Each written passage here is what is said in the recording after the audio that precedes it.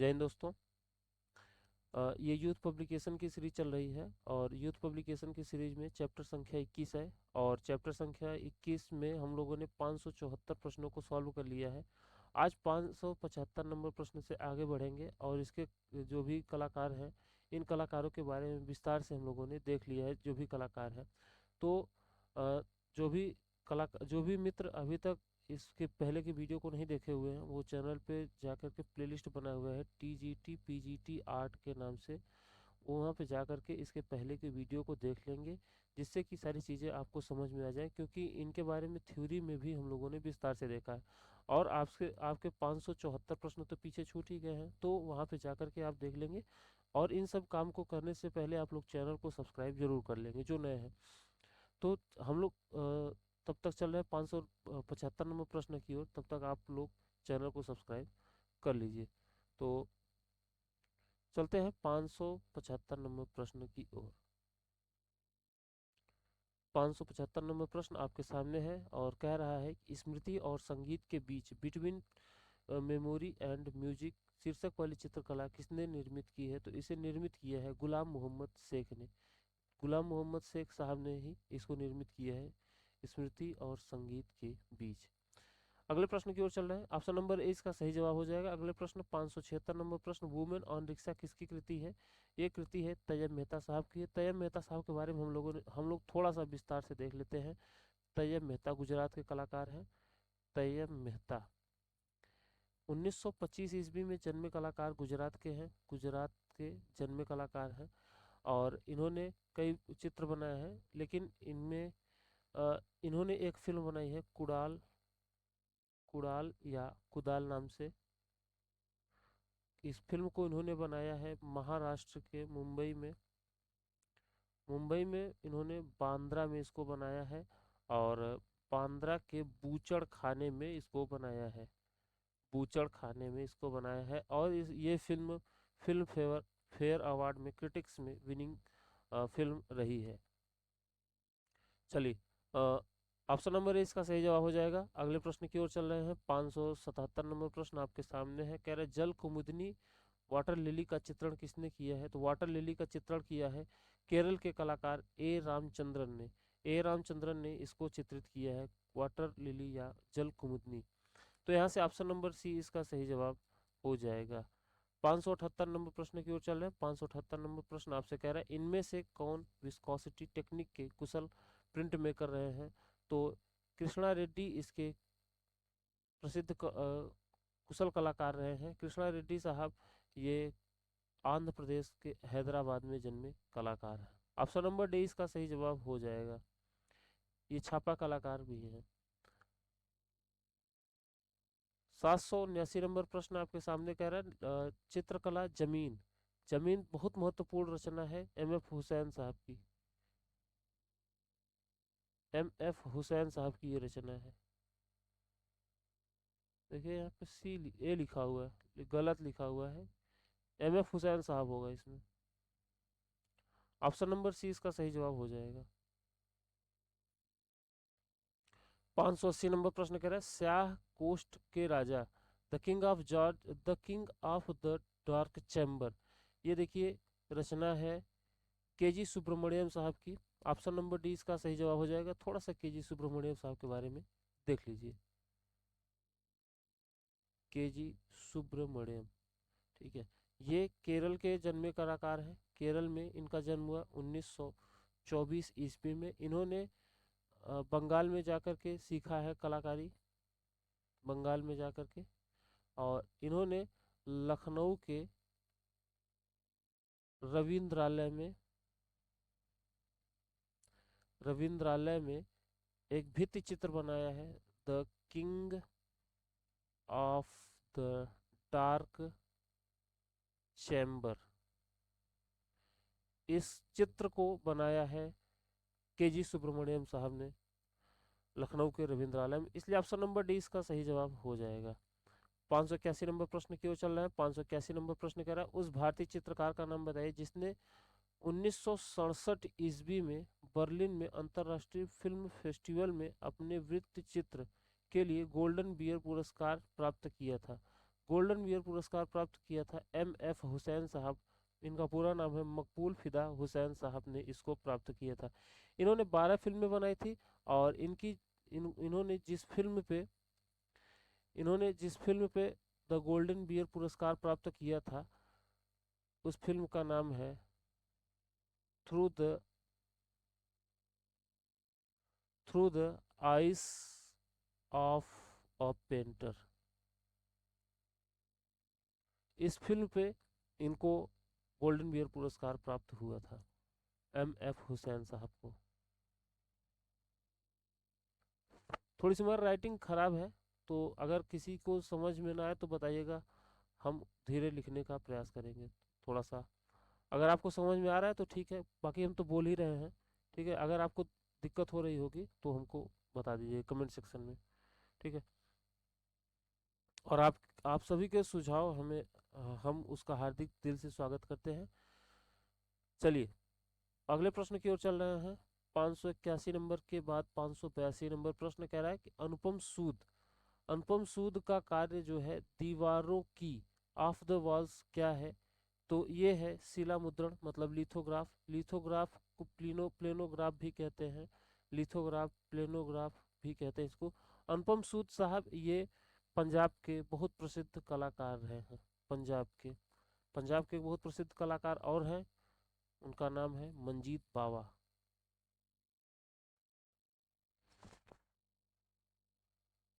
तो यहाँ से अनुपम सूद की जो रचना है दीवारों की, ये है लिथोग्राफी। और लिथोग्राफ से एक देखिए बहुत महत्वपूर्ण प्रश्न आता है, अभी एक बैग याद आ गया।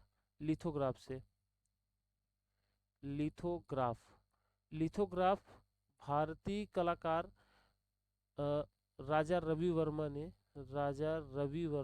ने इसको स्थापित किया था भारत में 1996 1896 में। राजा रवि वर्मा ने इसको स्थापित किया था 1896 ईस्वी में। और 1896 ईस्वी में इन्होंने घाटकोपर में स्थापित किया था। घाटकोपर ये मुंबई में है घाटकोपर, वहीं पे इन्होंने इसको स्थापित किया था 1896 में। राजा रवि वर्मा साहब भारत के पहले कलाकार हैं जो कि पाश्चात्य टेक्निक से, पाश्चात्य माध्यम में, पाश्चात्य तरीके से चित्रण किया करते थे। ये ऑयल पेंटिंग करने वाले पहले भारतीय कलाकार हैं। ठीक है, तो राजा रवि वर्मा साहब 1848 में जन्म हुआ और 1906 में इनकी मृत्यु हो गई थी। 1896 में इन्होंने लिथोग्राफी प्रेस की स्थापना किया था मुंबई के घाटकोपर में। तो यहाँ से हम लोग देख रहे हैं कि ऑप्शन नंबर ए इसका सही जवाब हो जाएगा, अनुपम सूद साहब के लिथोग्राफ पे हम लोगों ने इतना देखा। चलिए अगले प्रश्न की ओर चल रहे हैं। अगला प्रश्न आप सभी के सामने है, कह रहा है कि बारवाड़ महिला पेंटिंग किसकी है? तो ये है N.S. बेंद्रे, नारायण श्रीधर बेंद्रे साहब की रचना है एन बारवाड़ महिला। देखिए N.S. बेंद्रे साहब के बारे में थोड़ा सा देख लेते हैं। N.S. बेंद्रे, इनका जन्म 1910 ईस्वी में हुआ था मध्य प्रदेश में इनका जन्म हुआ था N.S. बेंद्रे साहब। और ये बड़ौदा में MS विश्वविद्यालय में, बड़ौदा के MS विश्वविद्यालय में ये शिक्षक के रूप में या डीन के रूप में भी इन्होंने काम किया था, N.S. बेंद्रे साहब। तो यहाँ से ऑप्शन नंबर सी इसका सही जवाब हो जाएगा। अगले प्रश्न की ओर चल रहे हैं। अगला प्रश्न है 584 नंबर का प्रश्न कह रहा है दिए गए विकल्पों में उस चित्रकार की पहचान करिए जो विकर्ण श्रृंखला के लिए प्रसिद्ध है। विकर्ण श्रृंखला का चित्रण किया था तैयब मेहता साहब। इनके बारे में हम लोगों ने बात किया है, बार बार नहीं बात करेंगे तैयब मेहता साहब के बारे में। ऑप्शन नंबर डी इसका सही जवाब हो जाएगा। 585 नंबर प्रश्न कह रहा है शांति निकेतन में हिंदी भवन एक चीनी भवन भी था।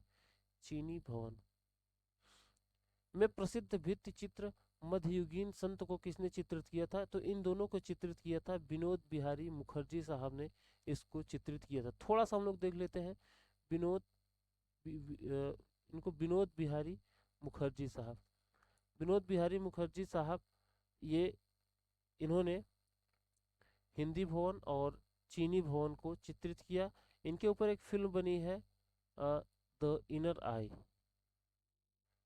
द इनर आई फिल्म बनी है इनके ऊपर। क्यों?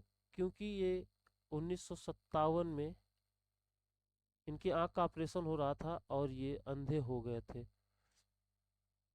कभी कभी पूछ लेता है द इनर आई को किसने निर्देशित किया था, तो इसे निर्देशित किया था सत्यजीत रे ने। सत्यजीत रे ने निर्देशित किया था और इनकी एक प्रसिद्ध बहुत फिल्म है, उस फिल्म का नाम है देखिए ये लखनऊ के नवाबों के ऊपर है, वो याद नहीं आ रहा, शतरंज के खिलाड़ी थे लखनऊ के नवाब को, वो मुंशी प्रेमचंद की रचना है, उन्हीं के ऊपर बनी थी।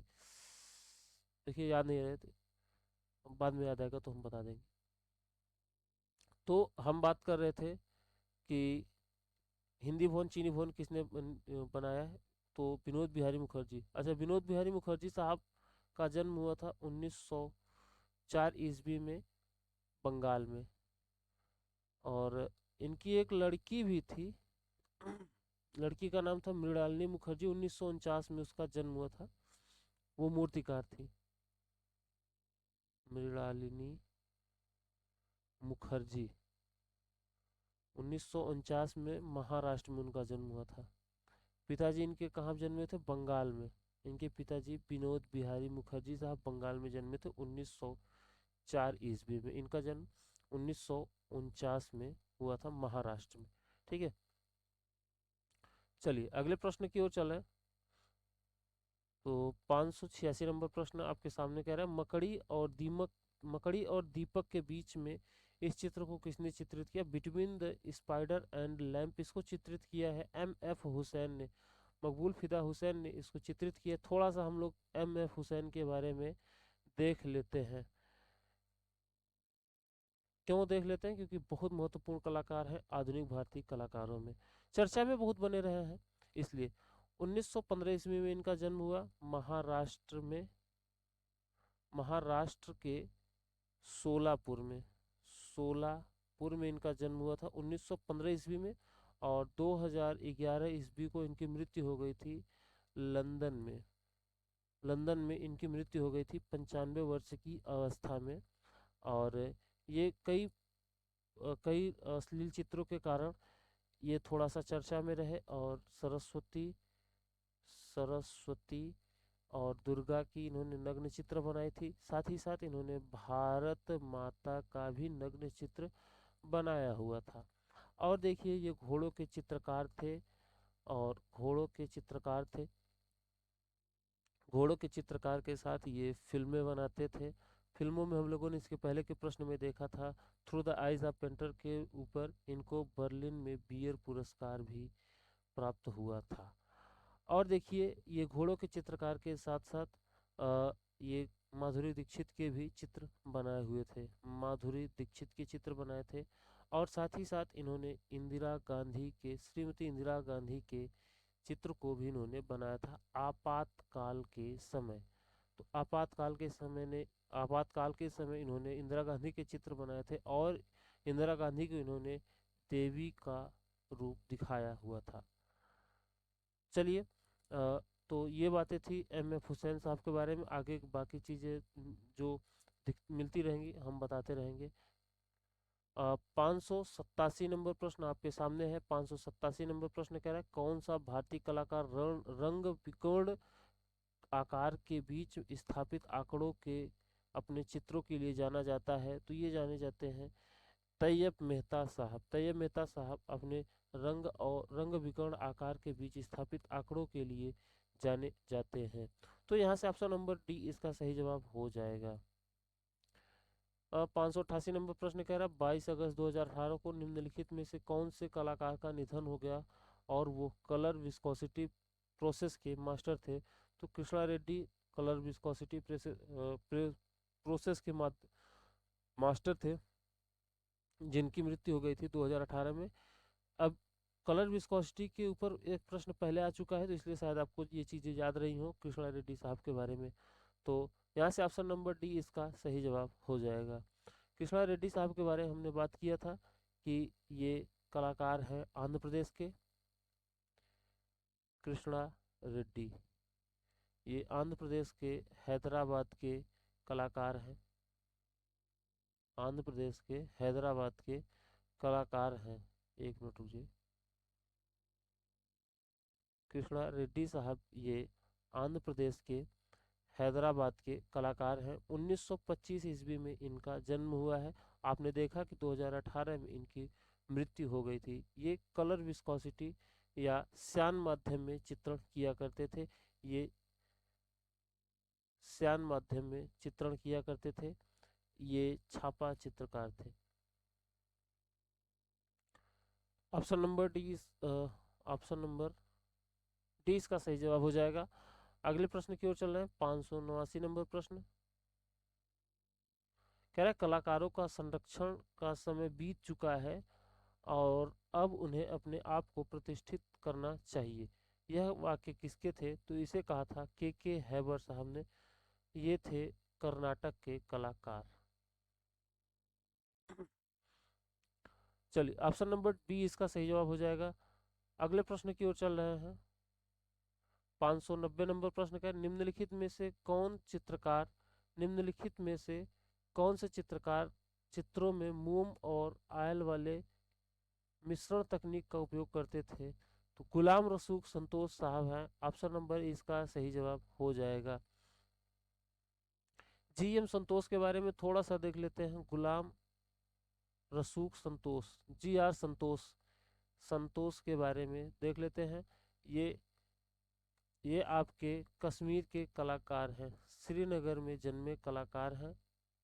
श्रीनगर में 1929 में जन्मे कलाकार हैं। इनका नाम तांत्रिक कलाकारों के रूप में लिया जाता है। तांत्रिक कलाकार के रूप में लिया जाता है।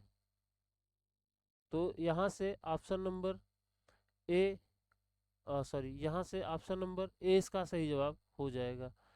चलिए 891 नंबर प्रश्न कह रहा है भारत माता, दो चित्र, भारत माता और संध्या दीप, ये दो चित्र हैं। इसको किसने चित्रित किया है? तो इसको चित्रित किया है अवनींद्र नाथ टैगोर। थोड़ा सा अवनींद्र नाथ टैगोर के बारे में देख लेते हैं। अवनींद्र नाथ टैगोर बहुत महत्वपूर्ण कलाकार हैं। बंगाल शैली के बंगाल स्कूल के संस्थापक हैं। 1871 ईस्वी में जन्मे कलाकार है। 1951 ईस्वी में इनकी मृत्यु हो गई थी। इनका जन्म पश्चिम बंगाल में हुआ था। और देखिए अवनींद्र नाथ टैगोर साहब ये गगनेंद्र नाथ टैगोर के छोटे भाई हैं, क्योंकि इनका जन्म 1869 ईस्वी में हुआ था। गगनेंद्र नाथ टैगोर ये घनवादी कलाकार हैं। और अवनींद्र नाथ टैगोर साहब ये वास पद्धति के कलाकार हैं। वास पद्धति के कलाकार हैं। इनके कई प्रमुख शिष्य रहे हैं, जैसे कि इनके एक भांजे थे असित कुमार हलधर। इसके अलावा इनके एक प्रिय शिष्य थे नंदलाल बोस। और इनके एक प्रमुख शिष्य थे डीपी राय चौधरी और मोहम्मद अब्दुल रहमान चुगताई साहब इनके प्रमुख शिष्य। इस तरीके से कई प्रमुख शिष्य रहे हैं इनके, जो कई अन्य विद्यालयों में प्रोफेसर या मतलब कि शिक्षक के रूप में काम किए थे। अवनींद्र नाथ टैगोर साहब को अकबर पद्मसी ने इनको चित्रकला का गांधी कहा है। चित्रकला का गांधी कहा, क्योंकि उसी समय के ये थे भी, क्योंकि 1869 में उनका जन्म हुआ था और उसी समय के थे। और जो कद भारतीय राजनीति में गांधी जी का था, वही कद भारतीय चित्रकला में इनका था। और थोड़ी सी एक बात और कि 1905 ईस्वी में जब भारत विभाजन हुआ था तो इन्होंने भारत माता का चित्र बनाया था। भारत माता के चित्र को इन्होंने, लोगों का ऐसा कहना है कि दुर्गा से प्रेरित होकर के बनाया था। भारत माता कहीं एग्जिस्ट नहीं करती, ये काल्पनिक है। और इनको, भारत माता को इन्होंने एक युवा महिला के रूप में दिखाया जिनके चार हाथ हैं। तो कई बार प्रश्नों में पूछा गया है कि भारत माता का चित्रण किसने किया है, तो इसे किया है अवनींद्रनाथ टैगोर साहब ने। शायद इसी प्रश्न पे हम लोग बात भी कर रहे थे। तो यहाँ से, हाँ, वही बातें हैं। ऑप्शन नंबर डी इसका सही जवाब हो जाएगा। बहुत महत्वपूर्ण कलाकार हैं अवनींद्रनाथ टैगोर साहब। अगर आप लोग चूक गए हैं और इनके बारे में नहीं देखे हैं तो वीडियो जा करके ज़रूर देख लीजिएगा, क्योंकि ये चूके तो सब चूका। ऑप्शन नंबर मतलब ऑप्शन नंबर डी इसका सही जवाब हो जाएगा। 592 नंबर प्रश्न कह रहा है, पेंटिंग कार्य के लिए निम्नलिखित में से किस कलाकार स्टूडियो का उपयोग जापानी कलाकार योको यामा ताइकान द्वारा किया गया? तो फिर से यही है, इनके गुरु हैं अवनींद्रनाथ टैगोर साहब के गुरु हैं योको यामा। और इन्हीं से इन्होंने जापानी कलाकार थे और इन्हीं से इन्होंने वास्तु तकनीक सीखी थी। वास्तु तकनीक ये जापान और चीन की कला है, चीन की कला का मतलब कि माध्यम है। तो आगे चल रहे हैं। ऑप्शन नंबर डी इसका सही जवाब हो जाएगा। तो चलिए अगले प्रश्न की ओर चले। 593 नंबर का प्रश्न, 593 नंबर का प्रश्न कह रहा है, प्रसिद्ध समकालीन मतलब आधुनिक छापा चित्र देवी किसके द्वारा बनाया गया था? तो इसे बनाया गया था ज्योति भट्ट। ज्योति भट्ट का ज्योति नाम सुन के आप इसको महिला नहीं समझेंगे, ये पुरुष कलाकार है। यहाँ से ऑप्शन नंबर सी इसका सही जवाब हो जाएगा। चलिए 594 नंबर प्रश्न कह रहा है, हुसैन द्वारा उपयोग किया जाने वाला सबसे आम जानवर कौन है? तो हुसैन ने बनाया है सबसे ज़्यादा घोड़ों को। ये कहा करते थे, मैं घोड़े बेच बनाता हूँ, घोड़े बेचता हूँ और चित्र और फिल्में बनाता हूँ। ऑप्शन नंबर बी इसका सही जवाब हो जाएगा। 595 नंबर का प्रश्न, 595 नंबर का प्रश्न आप सभी के सामने है। 595, हाँ, 595 नंबर का प्रश्न कह रहा है कि डैश डैश के हैबर द्वारा रचित एक समकालीन ब्रैकेट में आधुनिक भारतीय चित्र का शीर्षक क्या है? तो कविता का जन्म के हैबर के द्वारा रचित चित्र है। ऑप्शन नंबर सी इसका सही जवाब हो जाएगा। और के हैबर साहब के बारे में थोड़ा सा देख लीजिए। के हैबर, इनकी एक बहुत प्रसिद्ध चित्र है मुर्गों की लड़ाई। मुर्गों की लड़ाई 1912 ईस्वी में कर्नाटक के जन्मे कलाकार हैं। बहुत महत्वपूर्ण कलाकार हैं के हैबर साहब। चलिए अगले प्रश्न की ओर चल रहे हैं। 596 नंबर का प्रश्न, 596 नंबर का प्रश्न आप सभी के सामने है। कह रहा है, आदमी औरत और पेड़ इसे चित्रित किया है के लक्ष्मी गौड़ा ने। तीसरा, और बच्चे इनको चित्रित किया है सोमनाथ होर। सोमनाथ होर ये बांग्लादेश के कलाकार हैं। ये कहा करते थे, मैं चित्र नहीं घाव बनाता हूँ। भंवर जलवर्ता चित्र है कृष्णा रेड्डी का, हमने देखा है, आंध्र प्रदेश के कलाकार हैं। दीवारों से सरोकार ये चित्र है अनुपम सूद, ये पंजाब के कलाकार हैं। तो यहाँ से आप देख रहे हैं ऑप्शन नंबर सी इसका सही जवाब हो जाएगा। यहाँ से आप देख रहे हैं कि आदमी औरत और बच्चे, ये के लक्ष्मी गौड़ा, बच्चे सोमनाथ होर, भंवर जलवर्त कृष्णा रेड्डी, दीवारों से सरोकार अनुपम सूद। अगले प्रश्न की ओर चल रहे हैं। 597 नंबर का प्रश्न कह रहा है कि विख्यात समकालीन भारतीय चित्रकार एम एफ हुसैन को उनके डैश चित्रों के लिए जाना जाता है? तो उनके मोटा और सशक्त रेखांकन चित्रों के लिए जाना जाता है। ऑप्शन नंबर बी इसका सही जवाब हो जाएगा।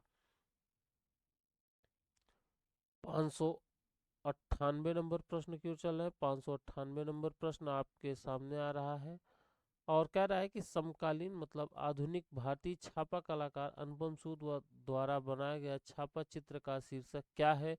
दीवारों से सरोकार इसके पहले वाले प्रश्न में हम लोगों ने देखा भी था। तो यहाँ से ऑप्शन नंबर बी इसका सही जवाब हो जाएगा।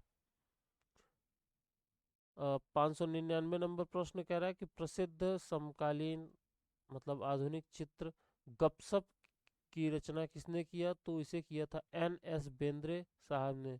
ये बिंदु तकनीक में चित्रण किया करते थे और 1910 ईस्वी में इनका जन्म है। इसके पहले हम लोगों ने देखा भी है। तो 600 नंबर प्रश्न आप सभी के सामने है और कह रहा है कि इनमें से किस कलाकार ने कुदाल कुड़ाल नामक छोटी सी डॉक्यूमेंट्री फिल्म के लिए फिल्म फेयर पुरस्कार जीता था? तो इसे जीता था तैयब मेहता साहब। ऑप्शन नंबर डी इसका सही जवाब हो जाएगा। 601 नंबर का प्रश्न कह रहा है भारतीय कलाकार हरेन दास किस चीज के लिए प्रख्यात हैं? तो हरेन दास साहब मुद्रण के लिए मतलब छापा चित्र प्रिंट मेकिंग के लिए प्रसिद्ध हैं। तो हरेन दास ऑप्शन नंबर डी इनका सही जवाब हो जाएगा। 602 नंबर प्रश्न जश्न इनमें से किस त्रिफलक चित्रकारी किसकी त्रिफलक चित्रकारी है? तो ये है तैयब मेहता साहब की जश्न। 1925 में गुजरात में जन्मे कलाकार हैं। आगे प्रश्न चलते हैं अगले प्रश्न की ओर। 603 नंबर का प्रश्न कह रहा है कि इनमें से किस कलाकार ने स्वस्थ रिश्ता चित्र बनाया है? तो पंजाब में जन्मे कलाकार अनुपम सूद ने इसको बनाया हुआ है स्वस्थ रिश्ता। इसलिए यहाँ पे ऑप्शन नंबर ए इसका सही जवाब हो जाएगा। ऑप्शन नंबर सी इसका सही जवाब हो जाएगा। थोड़ी सी अतिरिक्त जानकारी यहाँ पे जो लिखी हुई है उसको देख लेते हैं। प्रसिद्ध चित्र स्वस्थ रिश्ता को बनाया अनुपम सूद ने। भूल भुलैया को बनाया अर्पिता सिंह ने। 1954 में जन्मी कलाकार हैं अर्पिता सिंह। क्लाउड फार्मिंग छापा चित्र को कृष्णा रेड्डी ने बनाया है 1925 में और आंध्र प्रदेश में जन्मे कलाकार हैं। देखिए आद्य विश्व शोकाकुल स्त्री को चित्रित किया है जया अप्पा स्वामी ने, केरल की है। और प्रसिद्ध चित्र देवताओं का आवास और जनाजा के चित्रकार हैं कंवल कृष्ण। और तैल चित्र Krishna with dancing cows second चित्रकार हैं मंजीत बाबा, पंजाब के कलाकार हैं। एक्रेलिक माध्यम में सूर्य का चित्रण किया है सैयद हैदर रजा, ये बहुत महत्वपूर्ण कलाकार हैं, पैक के सदस्य हैं। वाटर लिली को चित्रित किया है कृष्णा रेड्डी ने। आगे धर्मकेतु की झोपड़ी में अभय देवी को चित्रित किया है महान कलाकार अवनींद्रनाथ टैगोर ने। चलिए 604 नंबर प्रश्न की ओर चल रहे हैं। 604 नंबर प्रश्न आपके सामने है और कह रहा है कि किस कलाकार ने प्रेम कहानी की थीम हीर रांझा रांझा लिखा है, हीर रांझा को किसने बनाया? तो शोभा सिंह ने इसको बनाया है हीर रांझा को। शोभा सिंह ये पंजाब के कलाकार हैं, पंजाब के कलाकार हैं। ठीक है, ऑप्शन नंबर सी इसका सही जवाब हो जाएगा। 605 नंबर का प्रश्न कर रहा है इनमें से ने महान विदूषक चित्र को किस कलाकार ने महान विदूषक चित्र को चित्र श्रृंखला बनाई है? तो इसे बनाया है कृष्णा रेड्डी साहब, आंध्र प्रदेश के जन्मे कलाकार, 1925 के जन्मे कलाकार। यहाँ पे ऑप्शन नंबर डी इसका सही जवाब हो जाएगा। चलते हैं अगले प्रश्न की ओर। 606 नंबर का प्रश्न आपके सामने है, कह रहा है इनमें से कौन सा कलाकार पाल गुगीन और ताहितियन कला से प्रेरित है? तो ये प्रेरित है अमृता शेरगिल। पाल गुगीन से प्रेरित कलाकार है। अमृता शेरगिल के बारे में थोड़ा सा तो देखना बनता है क्योंकि अमृता शेरगिल महान कलाकार है। अमृता शेरगिल क्यों महान है? क्योंकि ये थोड़े से समय में 28 वर्ष की उम्र में इन्होंने भारत क्या पूरे विश्व में अपना नाम रोशन कर दिया। 1913 ईस्वी में जन्मी कलाकार, 1941 ईस्वी में इनकी मृत्यु हो गई थी और इनका जन्म हुआ था हंगरी में क्योंकि इनकी माता हंगेरियन थी और इनके पिताजी भारतीय सरदार थे। इनकी माता भी चित्रकार थी। 1941 ईस्वी में इनकी मृत्यु हो गई थी लाहौर में और 1935 ईस्वी में ये भारत आई थी। उसके बाद ही इनकी मृत्यु मतलब 6 साल तक चित्रकारी किया था, इसके बाद 1941 में इनकी मृत्यु हो गई थी। 1935 की बात है जब ये इन्होंने इलाहाबाद में अपनी एकल प्रदर्शनी लगाई थी इलाहाबाद में 1935 ईस्वी में। इसके पहले इनके चित्र पेरिस में भी प्रदर्शित हो चुके हैं। अब पेरिस की बात आई है तो पेरिस में इन्होंने अपनी चित्रकला की पढ़ाई की है। और भारत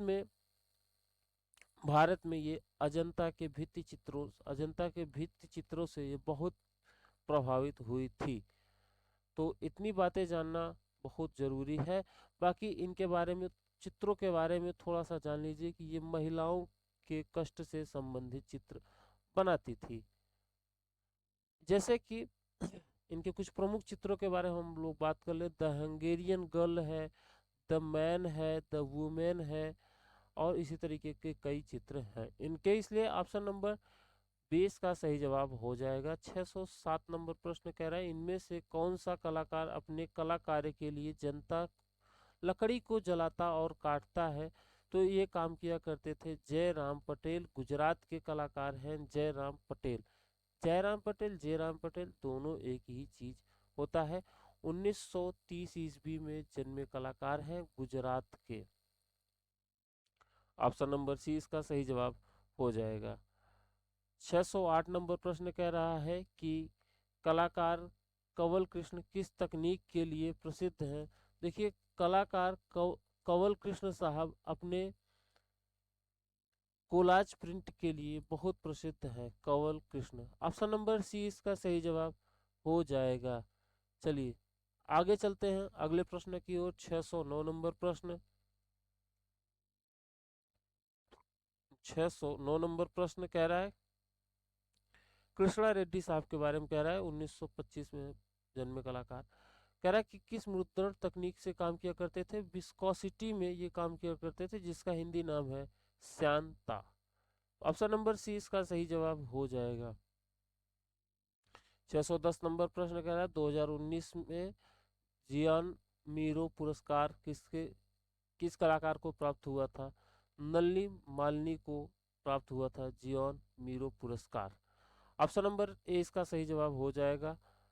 611 नंबर प्रश्न की ओर चल रहे हैं। 611 नंबर प्रश्न कह रहा है, पुरुष, महिला और पेड़। ये प्रश्न इसके पहले भी आ चुका है। किसकी रचना है? तो ये रचना है के लक्ष्मा गौड़ का। ये भी आंध्र प्रदेश के कलाकार हैं। 1940 ईस्वी में जन्मे आंध्र प्रदेश के कलाकार हैं। के लक्ष्मा गौड़ा आंध्र प्रदेश के जन्मे महान कलाकार रहे हैं, जिनकी रचना है पुरुष, महिला और पेड़। ऑप्शन नंबर ए इसका सही जवाब हो जाएगा।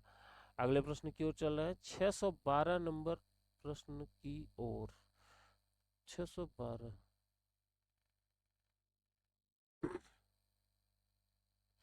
612 कह रहा है कि मैच करने के लिए कह रहा है। 612 नंबर प्रश्न आपको मैच करने के लिए कह रहा है। तो देखिए इधर आपका आ जाता है नलिनी कुमारी, ये जयपुर से संबंधित है। एस पाल, एस पाल संबंधित हैं फोटोग्राफर से। तैयब मेहता की प्रसिद्ध रचना है काली। तैयब मेहता की प्रसिद्ध रचना है काली, और राजा रवि वर्मा की रचना है गैलेक्सी। तो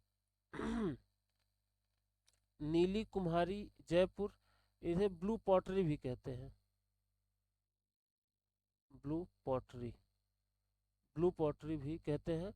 और इसको वहीं के राजस्थान के एक महान कलाकार थे कृपाल सिंह शेखावत। कृपाल सिंह शेखावत, इन्होंने एक मतलब कलाकारों के सहयोग के लिए एक संघ की स्थापना किया था, कह सकते हैं कृपाल कुंभ। कृपाल कुंभ की स्थापना किसने किया था? कृपाल कुंभ की स्थापना किया था कृपाल सिंह शेखावत ने। तो और तो ब्लू पॉटरी के लिए वही जाने जाते हैं, कृपाल सिंह शेखावत। तो यहाँ पे ऑप्शन नंबर सी देखिए सही जवाब दिखा रहा है।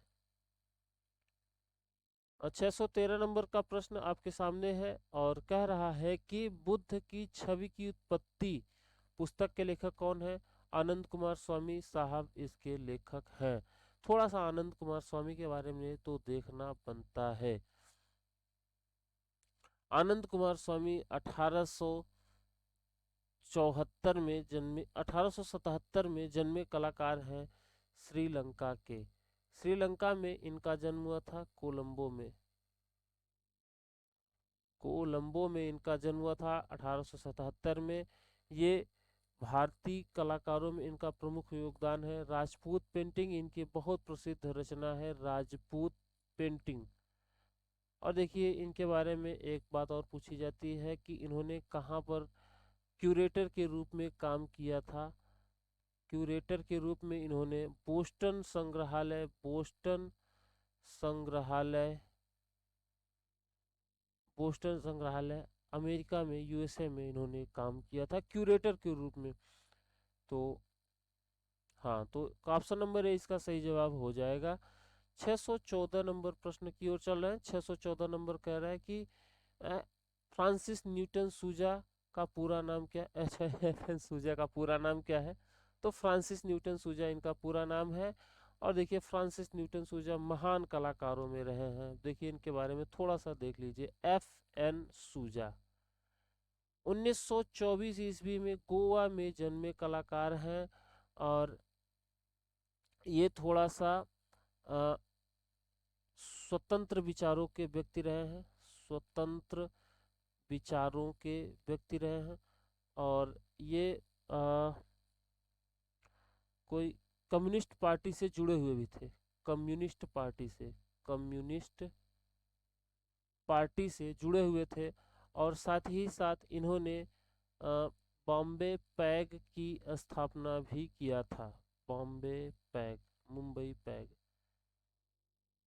बॉम्बे पैग की स्थापना की, जिसका मुख्यालय मुंबई में था। कब किया था? 1947 ईस्वी में।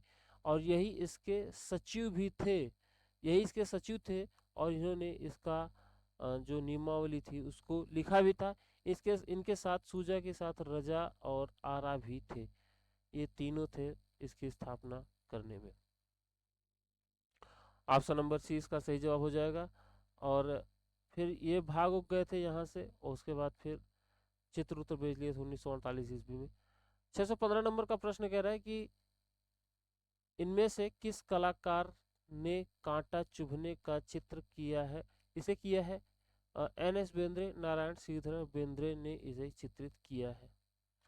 616 नंबर प्रश्न की ओर चल रहे हैं। 616 नंबर प्रश्न कह रहा है कि इनमें से कौन सा कलाकार ओरिगामी शैली में चित्रकारी किया करता था? तो बिमल मुखर्जी साहब ओरिगामी माध्यम में चित्रण किया करते थे। 617 नंबर प्रश्न 617 नंबर प्रश्न आपके सामने आ रहा है। और 617 नंबर प्रश्न कह रहा है इनर आई के निर्देशक कौन थे? हमने इसके बारे में इसके पहले प्रश्न में बात किया है। सत्यजीत रे ने अपने गुरु विनोद बिहारी मुखर्जी के ऊपर फिल्म बनाई थी द इनर आई। 618 नंबर प्रश्न का इनमें से किस कलाकार ने मायूसी को चित्रित किया है? तो इसे चित्रित किया था सैलोज मुखर्जी साहब ने इसको चित्रित किया है। सैलोज मुखर्जी, सैलोज मुखर्जी बंगाल के या पश्चिम बंगाल के जन्मे कलाकार 1907 ईस्वी में। अवनींद्रनाथ टैगोर के ये शिष्य थे। अवनींद्रनाथ टैगोर के ये शिष्य थे। तो हम बात कर रहे थे, ऑप्शन नंबर ये इसका सही जवाब हो जाएगा। 619 नंबर प्रश्न की ओर चल रहा है। 619 नंबर प्रश्न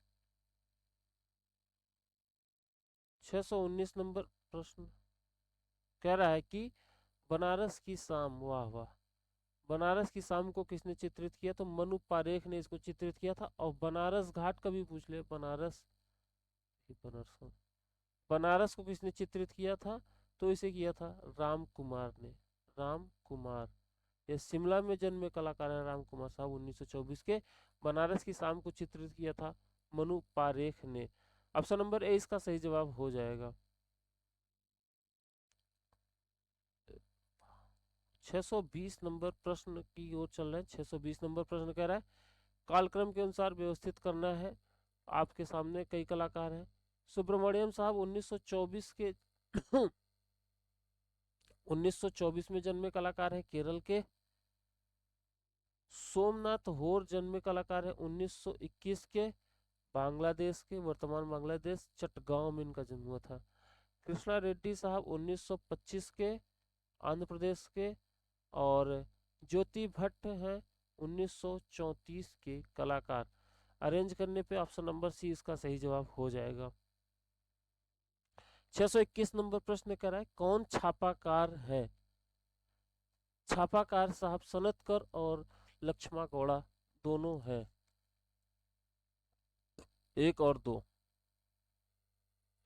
ऑप्शन नंबर बी इसका सही जवाब हो जाएगा। 622 नंबर प्रश्न, 622 नंबर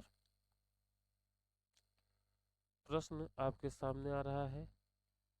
और 622 नंबर प्रश्न का कहना है match the following. Match the following मिलाना उलाना है, तो मिलाने के क्रम में बटरफ्लाई फॉर्मेशन को मिलाइए कृष्णा रेड्डी। वुमेन एंड गोट को मिलाइए के लक्ष्मा गौड़ा। देवी को मिलाइए ज्योति भट्ट। द इलिप्स को सोमनाथ होर। इस तरीके से 3 4 1 2, 3 4 1 2। ऑप्शन नंबर सी इसका सही जवाब हो जाएगा। ऑप्शन नंबर सी। 623 नंबर प्रश्न की ओर चल रहे हैं। 623 नंबर प्रश्न कह रहा है के.जी. सुब्रमण्यम जाने जाते हैं तो ये आपका चित्रकार के रूप में जाने जाते हैं, मूर्तिकार और छापाकार के रूप में जाने जाते हैं। फिल्म में ये नहीं बनाए थे। ऑप्शन नंबर ए इसका सही जवाब हो जाएगा। 624 नंबर प्रश्न कह रहा है कि बंगाल के समकालीन चित्रकार का नाम बताइए, तो ये थे गणेश पाइन बंगाल के समकालीन चित्रकार। 625 नंबर प्रश्न कह रहा है कृपाल सिंह शेखावत संबंधित थे, जयपुर के ब्लू पार्टरी से संबंधित थे कृपाल सिंह शेखावत। और 626 नंबर ही था ना, 25 नहीं बात की गई, 625 भी तो, हाँ 25 था ब्लू पार्टरी। ब्लू पॉटरी कह रहा है कि दोनों वही है क्या। ब्लू पॉटरी के पुनरुत्थान 625